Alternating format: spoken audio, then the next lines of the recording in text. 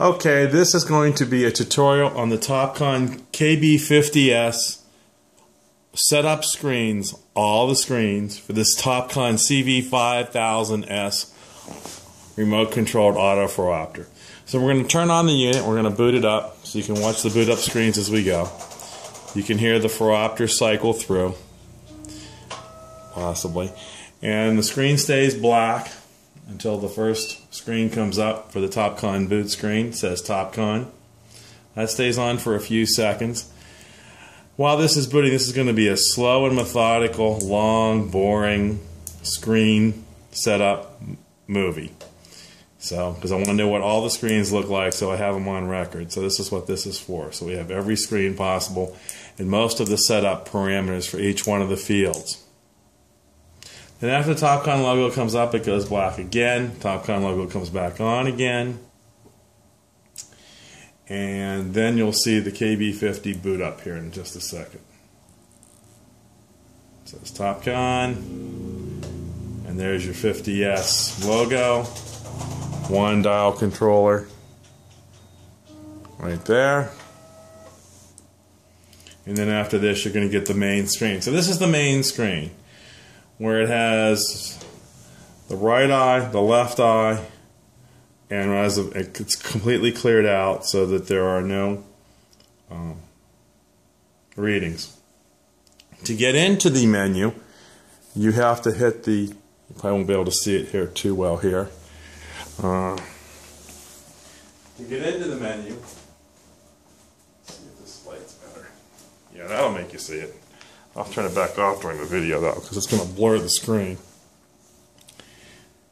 You hit Shift Menu, Shift right here, and Menu at the same time. So you hold down Shift and Menu at the same time, then you'll get the screen. No, that's not the right screen.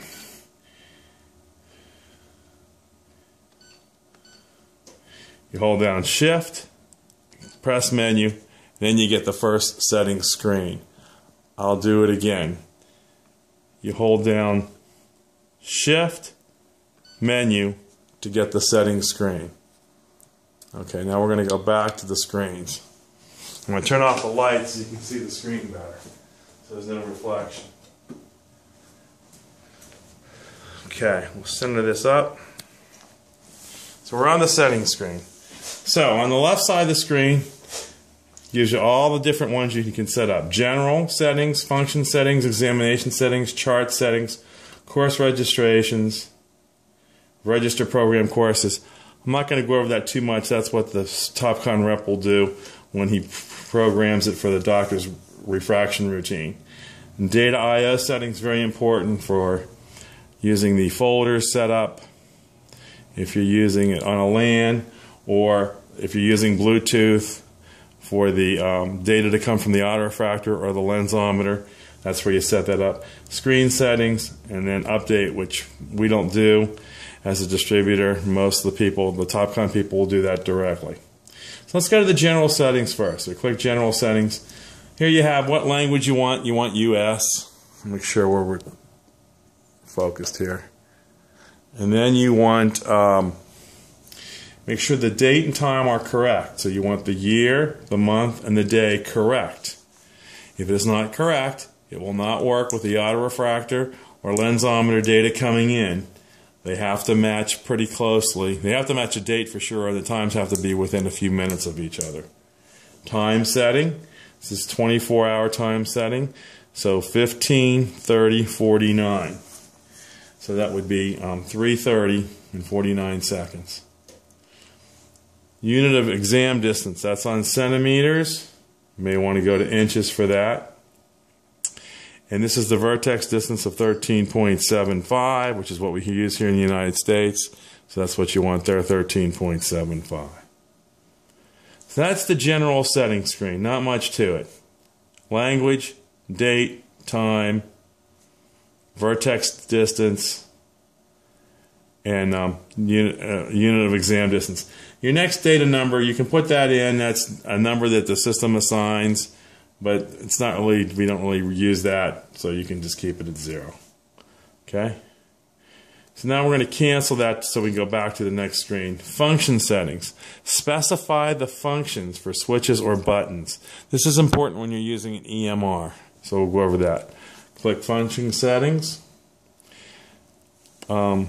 Default test for the contact lens switch. For the lensometer. Default test course. You will not be really using that setup. But you can look and see which course you want to come up as a default test course. Again, that's done by the Topcon representative when they train the doctor for their routines in their examination. But just give you an idea what they are right there. Okay, we'll go out of that. And on printout, when you hit the print switch, which you're not going to be able to see it here, but it's right down here, the print switch, the green button. Second column over. What do you want to do when that happens? Well, you can have choices. You can print it out, so it'll print out through the printer on the CV-5000 power supply. Or you could use data export. That's what you're going to use for all the EMRs. OfficeMate, NextGen, Crystal, Revolution, CompuLink, whatever you're using, you're going to click it to data export. No printout when you're on data export. It exports it directly out of the serial port on the back of the machine, directly into the computer.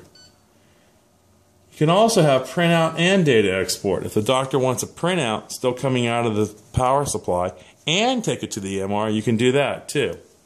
So that would be printout and data export. So there are your choices there. Printout, data export, printout, and data export. You could also have this little check mark here. Reset after print.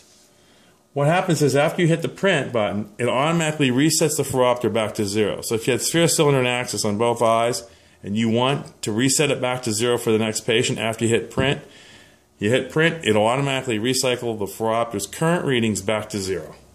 Whatever's in it will go back to 0. And this is again, programmable switch for the Topcon rep. For Topcon Jackson cross cylinder, the Topcon cross cylinder system, or the Smart Cross. Again, this will be set up by the representative, whatever they choose to use during the examination routine. Okay. There's also now a page 2 down here. See this? This is a page 2. This is the first one we had a page 2. So we're going to click page 2. And here you had action. When you go and hit the button for delete autorefractor, delete RX data from the lensometer, button action on the data entry screen. If you hit that, it will delete all the data. You can delete except today's data, delete data older than a week, delete data older than a month, or delete all data.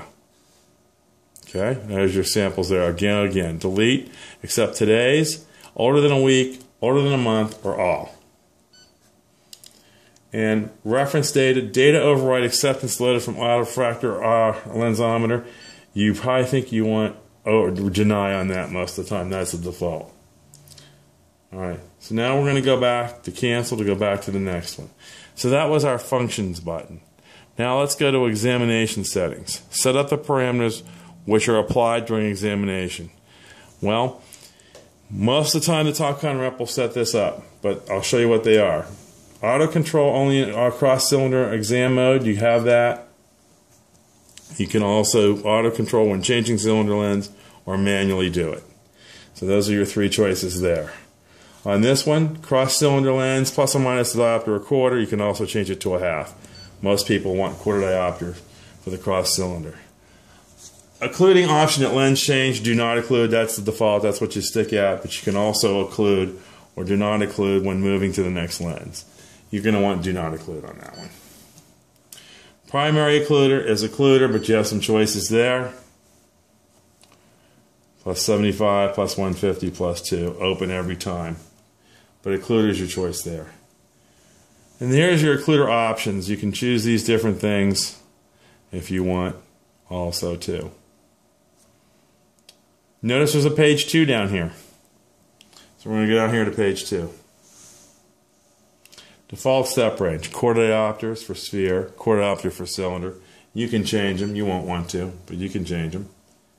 1, 2, or 3. Cylinder, half or a quarter or 1, axis in 5-degree steps or 1-degree steps, prism in half diopter or 1 or 0.2 or 0.1. And PD steps in every half millimeter, that's what you're going to want to do for that. These additional lenses, link with far spherical, allow to input minus for value. I think both of these have to be taken off, but I'm not sure. Again, that's what the Topcon representative will do when he does the training for the doctor. Okay, so that was your page 2 on examination settings. Okay. So now we're going to go back and we're going to cancel that. We're going to go back to chart settings. Now this has to be set up by us, by the distributor. It defaults to ACP8.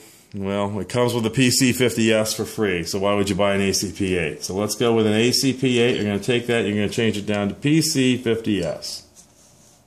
It's going to say, just a moment, please. I do not have one connected, so it's going to take a little bit for it to find it. If it was already found, it would automatically be there, but it'll pull it up in a second and keep it there. I think. Yes, it will. And now it says PC-50s. And then over here on type, you need to change that to H1, I believe. PC-50s H1. Okay, so that's for your far vision. That's whatever you're using. If you're using a chart projector, an ACP8, or the PC-50s that comes free with the unit. For near vision, near chart 3, that's what you're going to want. Near examination distance, we use 16 inches here in the United States. You have to change that to 16. Type EM, I'm not sure. Metric, decimal, English, metric, don't remember. Again, that will be set up by the Topcon representative. Visual acuity format, decimal, meter, feet. You're going to have to change it to feet for us. That's what you're going to want there. Now down here you have some other options. Chart page registration, cross-cylinder chart registration, and chart software configuration. I'll just do these real quick. We really won't need to worry about that. But we're going to chart page registration. This is where the charts all come in, and you can swipe them down, change them in the tabs. You want to add, you just drag and drop to where you want to add it to, like that. But again, we as a distributor don't do this. This is all done by the Topcon representative who's training the doctor for their examination routine. If you don't want one of these, you can just pull it back out, put it back in. So you can do all that stuff. That was a numbered chart, and that was this one. 3845, 3. This one, I think. You put that in there like that. That's how you do that. Then there's all these different things down here. But again, we don't do any of this.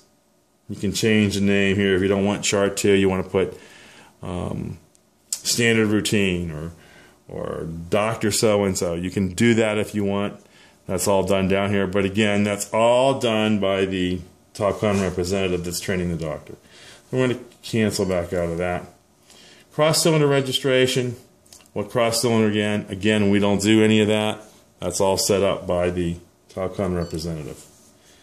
And chart software configuration, I'm not going to be able to do that because it's not completed, so we can't do that right now because it has to be completed to do that, so I'm not going to worry about that. We're just going to go back. So we've gone over the general settings. We've gone over the function settings. We've gone over the chart settings. Notice it went back to ACP8 because I didn't save it. If you do this, when you do this, it'll ask you to save it, and you can click yes, and then it'll save it and go out and reboot the system.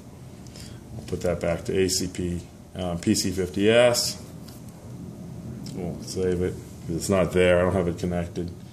And H1. Okay, so let's cancel that.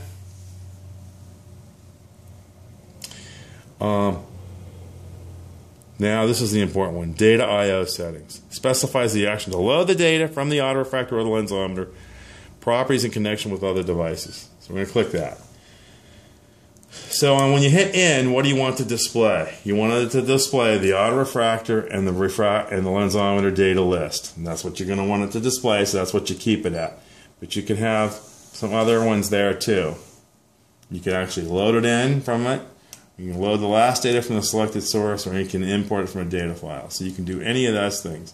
But most of the time it's display AR data in data list, so they can select it. Data options to load as subjective data.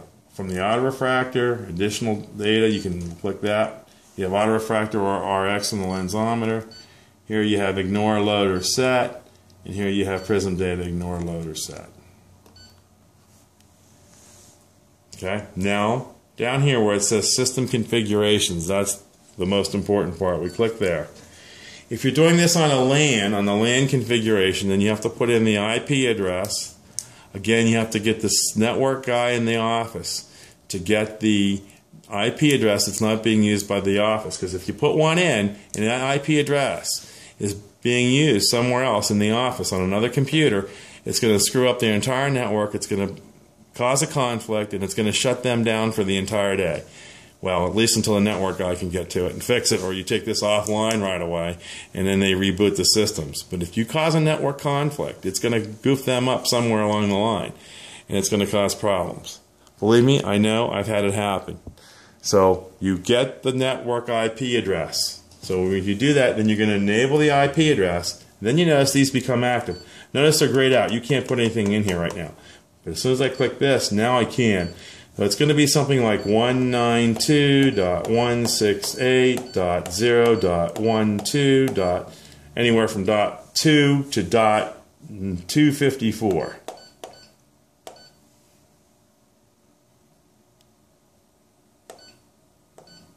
Now, .250. Well, you're good. .254. So that's going to be what it's going to be like. And that's what you're going to put in. But you have to get that from the network person. Then the subnet mask is going to be 255.255.255. Okay? That's what you're going to put in there most of the time, unless the network person tells you differently. And the default gateway is going to be very similar to the first one you put in, 192.168.0.1 probably, but not necessarily. It could be anything. Again, get that to the from the network person in the office. Once that's on the network, and you have all that in, then you can go down here to data folder. More down options down here, data folder. Okay, click data folder. Use the shared folder in the CV system. IP address of the AR data sessions. This is in the manual where to set up. So you have to enter the IP address in for where the autorefractor data session is, and you have to do the IP address of the lensometer for the RX, the data sessions too. You have to put that in too. Okay, again, you have to get those IP addresses from the network administrator when you put them in those devices. Do not assign an IP address to that network without talking to the network person. You'll cause a conflict. This is all on the LAN. So these two, LAN configuration right here and data folder right here, they're the two that you use if you're doing it on a local area network. And then if you look at the setup routine in the manual, it tells you what to put in here. But get the network IP address from the network administrator. Now, if you're not going to go on the LAN, uncheck this, go Bluetooth or serial direct, then you don't check that. You go over here to serial configuration. Now in serial configuration, you have 4 connections right here. Connection 1, connection 2, connection 3, connection 4. Okay, so you do connection 1.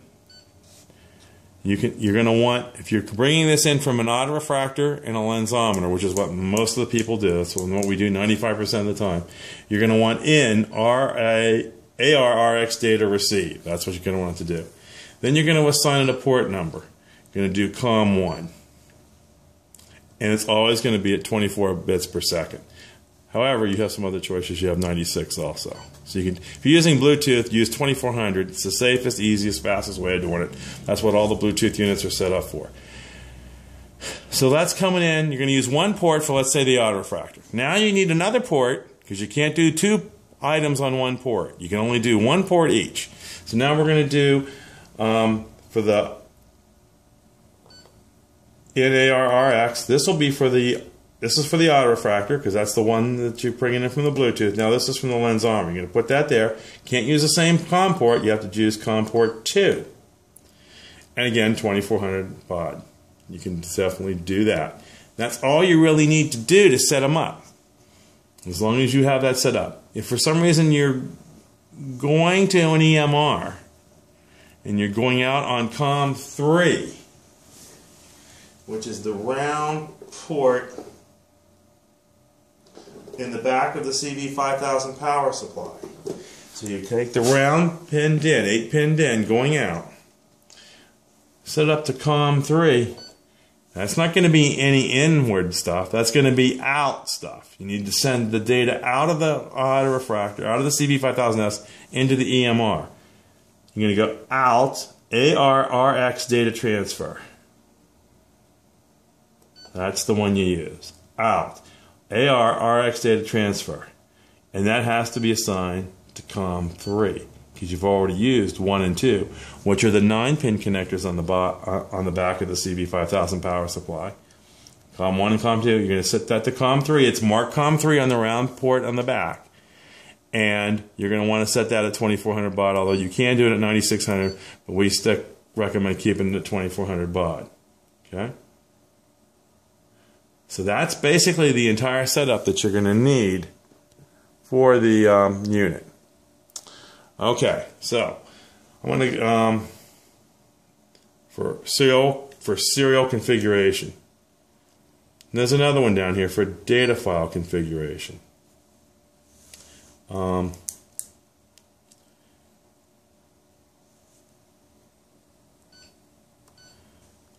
It's data file configuration. We're not going to really use that right now. We never use that portion of it because we don't really use a data file coming out of the CV-5000. It's all done directly out of COM 3 into the EMR. But if they're going to use a file, they can do it this way, but no one does it, so you never have to worry about it. Again, serial configuration, that's the most important one. In ARRX, for COM 2 and for COM 1, assign them each individual COM ports, assign them at 2400. If you set up the auto refractor for out and turn on the ports on your auto refractor, the data will automatically Bluetooth into these ports and come right into the unit. Same thing here for ARRX data transfer. Going out into the EMR, COM 3, that's the round 8 point. So you need the round, you need a 13308 cable coming out of the round 8-pin DIN in the back where it says COM 3 into a 9-pin serial port which plugs into the back of the computer, or a USB to serial port adapter if they don't have a true blue serial port. You need to buy a USB to serial port adapter to get that data into their computer for their EMR, to monitor that port and get the data into the EMR. So I'm going to cancel there. Okay? And I'm going to cancel there.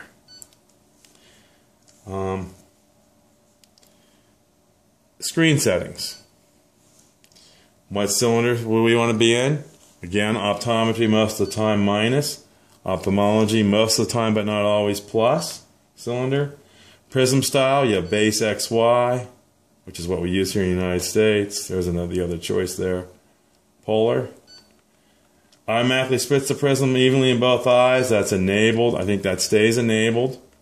Data in S at near vision, far spherical data. I think that stays at far spherical data. But you have near spherical data also. Timer or calendar. You can have the calendar come up on the display on the front. Reference data when to display when data loaded. That's what you want. When it loads in, that's when you want all the reference done. Background color. It stays at purple, but you can have different colors here too. Page 2 down here. Mini help is available. You can make that not available by unchecking it, but it's a default, so keep it. And dial navigation is also available, and just keep it because that's the default. Okay, so that takes care of all of those settings. So we've gone through them all. We know exactly which one they are for each page. And again, the data and chart settings are the most important. Again, it didn't stay because I didn't save it, but again, PC50S and H1 over here. And that will make it work every time. I'm not sure of this one over here. We'll let that clear out here in a second.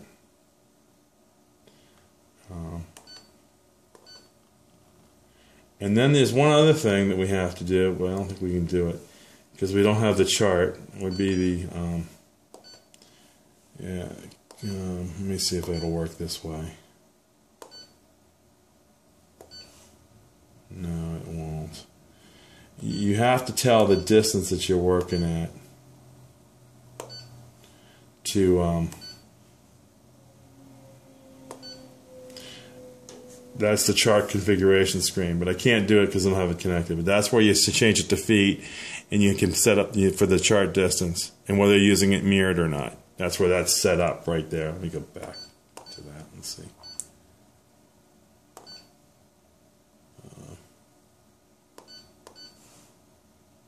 Can't get to it right now.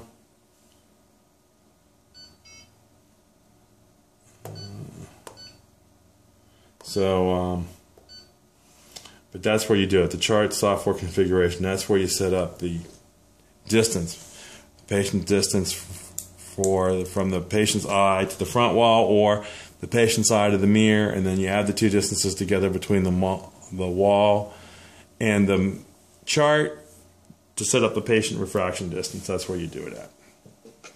And then the other thing I wanted to do is go over, let's see if we can cancel here, exit out, cancel. Go back to the main screen. When you hit in here, you get the auto refraction data in is the blue. So I want to see it because I don't have a light to turn it on. Between the menu and the shift, the in button to give you all the data in. So this is where the auto refractor data is. So it'll appear here as you go through it.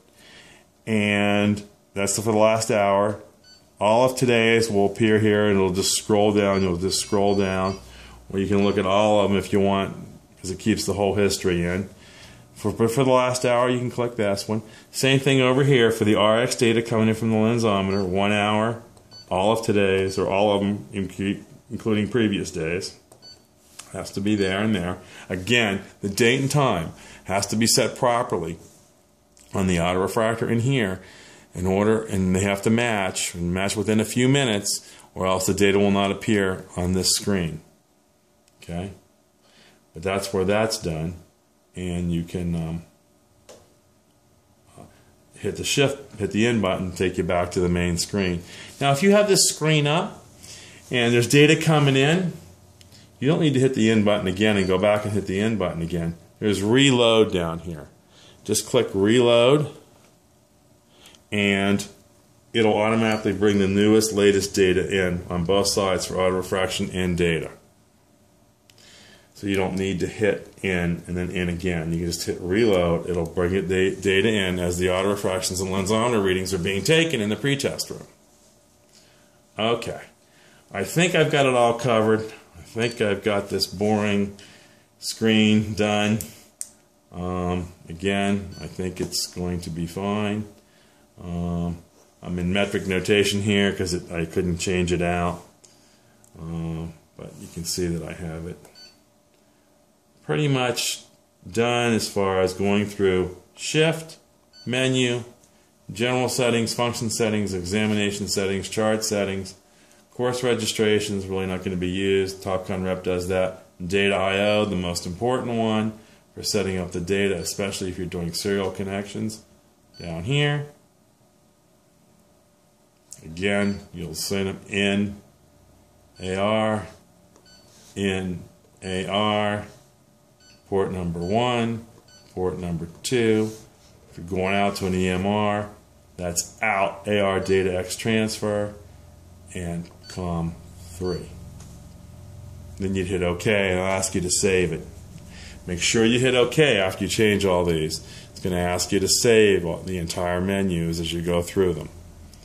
And we'll just cancel, cancel, and then we'll go back to the main screen. See right there, Save Configurations and Exit Settings screen. You click OK there. It's going to save everything that you just did, and you'll be good to go when it reboots.